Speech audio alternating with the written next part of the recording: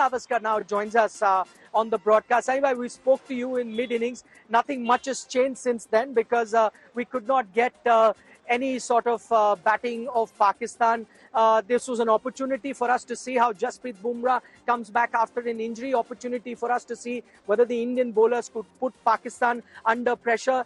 I know at this point, the game being called off, Sunny, the fans are disappointed. But if I were to ask you, which team would be more relieved that the game was a washout? I would imagine that at the start, when if there was going to be a 50-over game for Pakistan, Pakistan would have been a little bit concerned because, you know, that's a big score. You're being asked to score at more than 5 runs and over. So that's never easy. So they would have been a little bit concerned about the fact that India, after the early shocks from Shaheen Afridi, had got to that total. But once it started to rain and the overs started to get reduced, then I think India also would have been just a touch concerned because in a shortened match scenario of about 22, 23 overs, clearly the batting side that is chasing know that, you know, they have 10 wickets in hand and so can go hammer and tongs at the target that they would have had to chase. So let's now dissect the Indian batting. Let's start with the two stars. I'm going to talk about Ishan Kishan. He's done good. There was a lot of talk about whether he'll be able to adjust in the middle order. Number 5 is a position that he's never batted. He usually bats at number 4. Has come very good. If you were the Indian captain or the Indian coach, and after the Nepal game, for the next India-Pakistan game, it's believed that KL Rahul will be back. If you were to make the India 11, who would then be your, provided that KL Rahul is available, who would be your first choice wicketkeeper batsman now? Ishan Kishan, KL Rahul. Well, I would actually wait and see what Shreyas Iyer does against Nepal as well. And if Shreyas Iyer doesn't get runs in the game against Nepal, he might not even get an opportunity to bat. He could probably bat, because against Nepal, if India go for 50 overs, the top 3 batters could possibly bat 40-odd overs. But otherwise, I would look at, in case Shreyas Iyer doesn't get runs, then I would look at both Ishan and KL Rahul batting at 4 and 5. You can't drop Ishan Kishan after he's got an 80 in trying circumstances. In trying circumstances, I don't think you can drop him. It's not fair on him. And he brings, like I said, he brings a left-handed dimension to the Indian top order. Oh, that's interesting. So as Sunny Gavaskar is telling us on India today, that Ishan Kishan then is a must in the 11. Maybe it could be a toss-up between Shreyas Iyer and KL Rahul. Provided KL Rahul is fit, we believe he's going to go through another fitness test before he's given the green light, and then he lands here in Colombo for the second leg. So that will be interesting, the 11 that India goes with. Next match, of course, is versus Nepal. Since, Aiva, you talk about Shreyas Iyer, could he have done anything differently? Because, a lot of times you speak about his weakness against the short ball. What I could see from the outside, he took on that short ball. He played a shot that was on, connected really well, unfortunately found the fielder. How did you see his approach? And the other thing that you noticed, that he started playing aggressive cricket. India had lost a few wickets, but he wasn't hanging about. He was trying to play aggressive cricket at the time. What does that tell you about Shreyas Iyer, who's coming back after a long injury break, and the rhythm that he showed today? Well, that tells of a positive mindset. He was looking to score runs. You're absolutely right. That shot was a cracking good shot, but it went straight to the fielder. 5 yards here on either side, and it could have been a boundary. But that's what the game of cricket is all about. You could get lucky, unlucky. Shreyas Iyer was unlucky here today. But whatever little time that he spent out in the middle, he looked very good, very confident. And that's an encouraging sign as well, because he scored runs. He's got a very good record in the 50 overs game for India.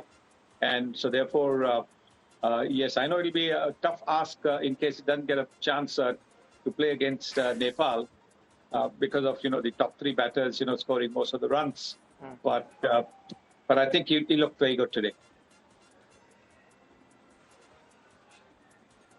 Yeah, he did certainly look good. Saiva, since we are on the subject of intent and the approach and being aggressive, the way Shreyas Iyer batted, what did you make of Shubman Gill's inning? Because it's now been an extended bad patch that he's going through since the WTC, then the West Indies tour.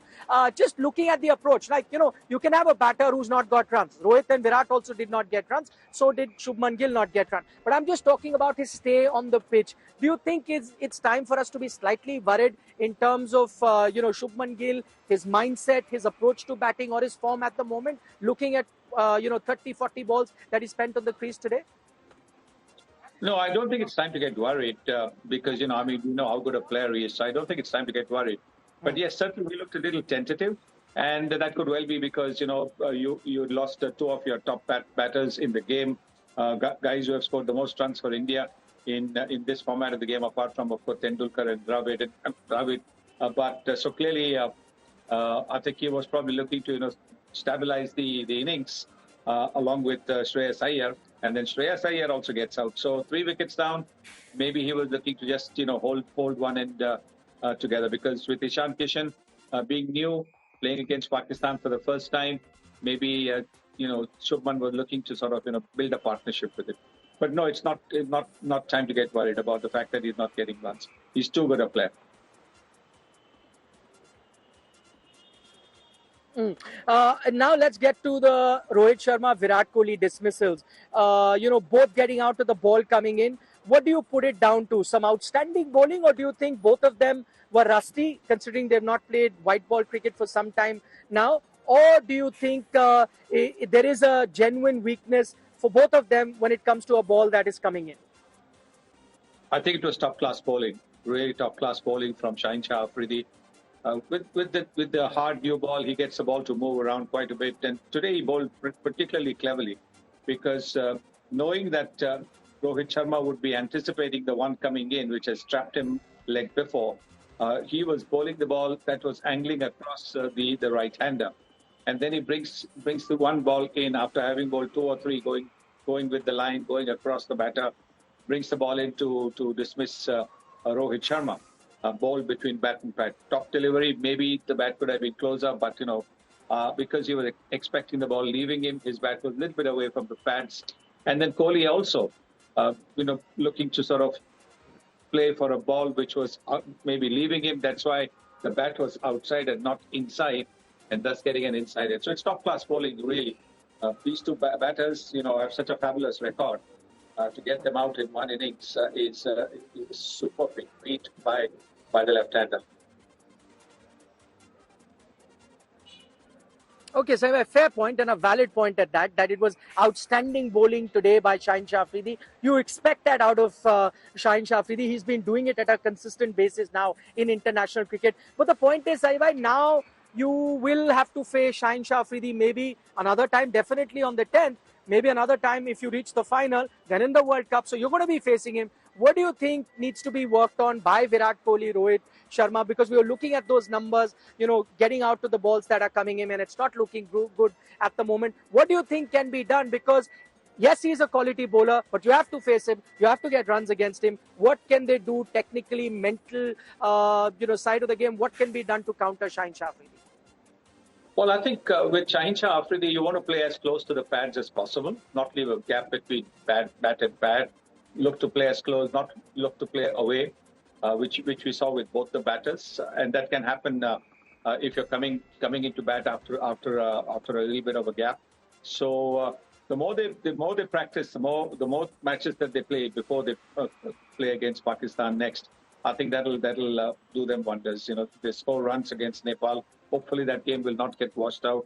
And if they do that, then clearly I think the next match against Pakistan will be well worth going a long distance to watch. Okay, Saibhai, is there also a silver lining, though there were dark clouds here throughout the game, but is there a silver lining for the Indian team looking at today's performance? Because more often than not, whenever they've done well in ODI cricket, it's the top order that gets them run. Today, the top order failed. We've spoken about it. What happens when you've lost 3 or 4 quick wickets? Can Indian team really put up a good total? Today, that happened. Does that then give you confidence, that silver lining, that, okay, on occasions, when the top order doesn't come good, you now have a stable middle order, good batters in Ishan Kishan, in a Hardik Pandya, maybe Jadeja the day he comes good, that can still put up a good total? Yes, I think that's a huge plus. That's why it's so good to have quality all-rounders in your team. To have Hardik Pandya at 6, Ravindra Jadeja at 7 is something that most teams would enjoy having some players of that caliber. And the way they built that partnership, it was such a good partnership for the simple reason that they bided their time. Both of them can hit sixes at will. We all know that. They can hit the long ball. But they realized the situation was grim, that they had to stabilize the innings and then look to play the shots. And that's exactly what they did. They got themselves in, got a measure of what the pitch was doing, and then they attacked. So clearly, I think fabulous partnership, and so nice to see numbers 6 and 7 also coming in scoring runs. I know Jadeja didn't score too many, but that partnership of 35 or 40 was also required at that stage, because if Jadeja got out quickly, then the Indian innings could well have folded as it did later on.